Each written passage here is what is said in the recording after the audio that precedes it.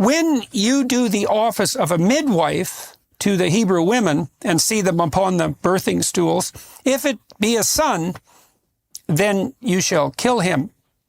And that's that instrumental usage that you were talking about before. There is a huge issue here. The Hebrew is completely indeterminative whether the midwives were Hebrews or not.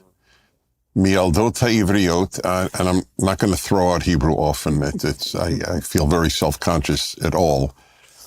But for those who know Hebrew, they will know what I'm talking about. It can be the Hebrew midwives or the midwives of the Hebrews. There is no possible way, based on those two words, to know which it is. I am convinced, and Jewish tradition doesn't agree with me.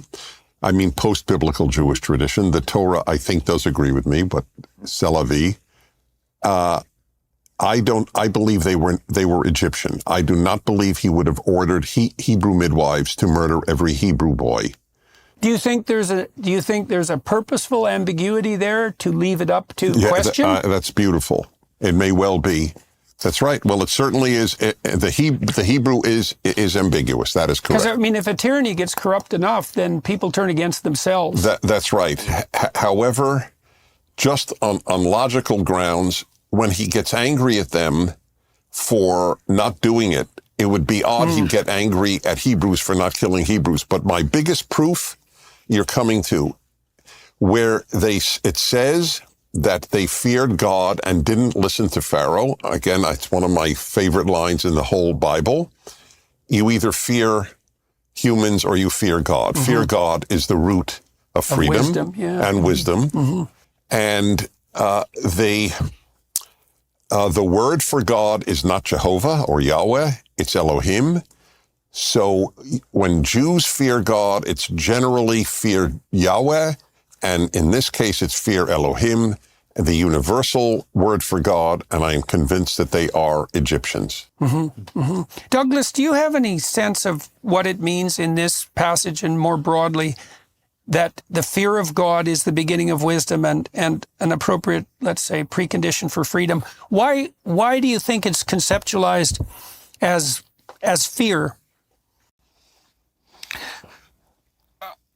Well, I think there's a proper fear that in this case, I think is linked to transcendence. So there's the fear of the tyrant, which is normal and natural.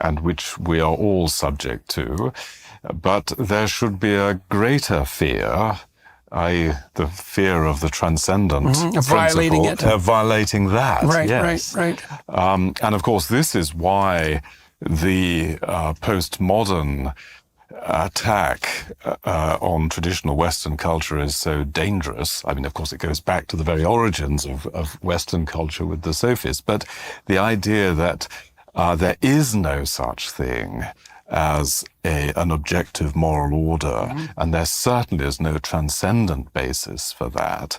That would make this whole narrative unintelligible. It also makes the tyrant the final arbiter in some real sense, right? It becomes justification. You know, people have asked me, and I'm always embarrassed by this, but people have commented on my courage for speaking up, so to speak, and I think you don't have...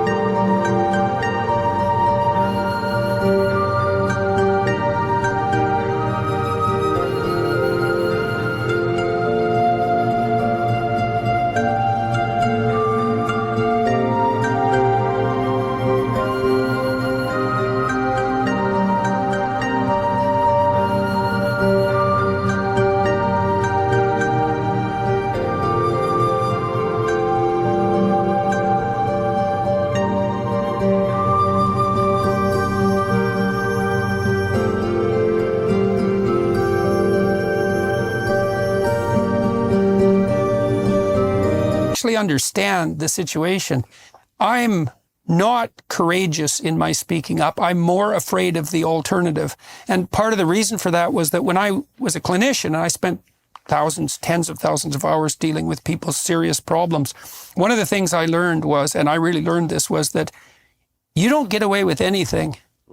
And so you might think you can bend the fabric of reality and that you can treat people instrumentally and that you can bow to the tyrant without and violate your conscience without cost, but that is just not the case. You will pay the piper.